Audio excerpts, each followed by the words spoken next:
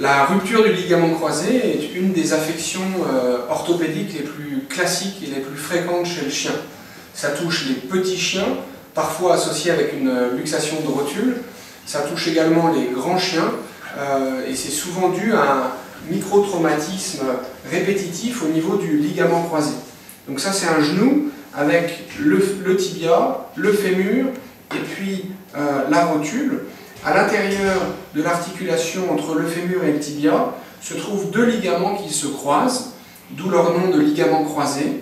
Le ligament croisé crânial ou antérieur est celui qui est devant ici et qui va s'affaiblir avec le temps.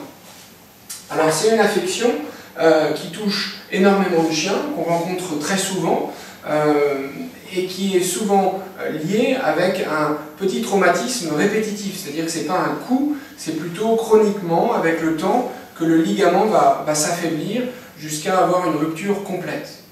Le risque principal lors de rupture complète, c'est évidemment la douleur, c'est aussi l'instabilité, et puis ça peut être aussi une lésion des ménisques, qui sont les petites structures à la surface du tibia et qui sont comme des coussins amortisseurs de choc. Lorsqu'il y a une rupture du ménisque, la boiterie va d'un coup s'aggraver. Pour toutes ces raisons, le traitement de la rupture du ligament croisé chez le chien est clairement chirurgical. Il y a pas mal de personnes qui ont essayé un traitement médical, qui ont fait des études, qui ont montré que malheureusement, avec le temps, même si on fait de la physiothérapie, même si on fait de l'ostéopathie, même si on fait des traitements anti-inflammatoires et des traitements antalgiques pour la douleur, la boiterie progresse, on peut avoir des petites améliorations temporaires, mais indéniablement, à la fin, on va avoir une boiterie qui va s'aggraver avec une arthrose qui va être très importante. Au niveau des chirurgies, il existe plusieurs techniques qui ont été tentées, qui marchent pour certaines très bien, certaines sont meilleures que d'autres et on commence maintenant à avoir de très bonnes études faites sur un très nombre de cas, un grand nombre de cas qui ont montré que certaines études sont supérieures et la technique qui paraît de loin supérieure à toutes les autres, c'est la TPLO. TPLO, pour une technique d'un nom anglophone, qui consiste en fait à corriger la pente du plateau tibial. Donc à la surface du tibia, on a une pente qui est assez importante, qui fait que quand le fémur s'appuie dessus, il a tendance à glisser vers l'arrière.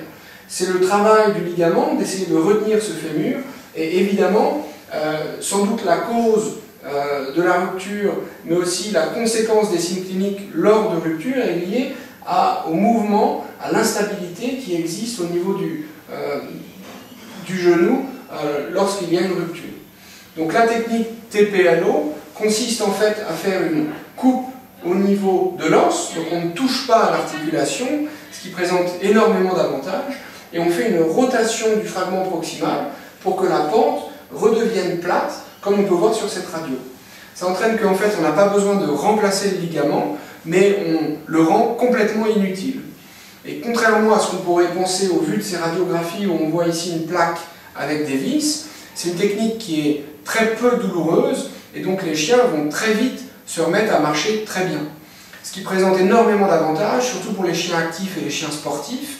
On ne va pas avoir d'amyotrophie, ce qu'on voit avec les autres techniques, et donc il va y avoir une remise à l'activité, des guérisons osseuses à 2 mois, qui va être totale, avec aucune boiterie, et c'est des chiens qui vont pouvoir de nouveau refaire de l'agility, aller chasser et faire énormément d'activités, contrairement aux autres techniques.